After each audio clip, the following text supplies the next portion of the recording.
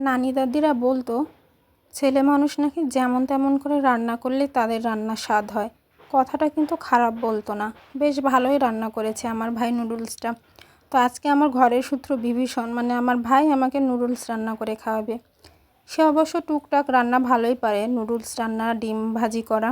তো আজকে আমি তাকে বললাম আমাকে নুডলস রান্না করে খাওয়াও। তার রান্না করা মানে তো আমার কাজ দ্বিগুণ করা, রান্নাঘরের অবস্থা বেহাল করে রেখে দেয়। আর পাশাপাশি সব কিছু আমাকেই করে দিতে হয়, সে শুধু খুন্তি নাড়বে, কুটা পাছা থেকে সব কিছু আমাকেই করতে হয়। স্যার রান্না করছিল আর বলছিল আমার হাতে নুডলস একবার খেলে বারবার খেতে চাইবে। তো আমি বললাম দেখি কি এমন আছে তোমার নুডলসে, তো রান্না করে খাওয়াও। তো স্যার রান্না করছিল আমার জন্য।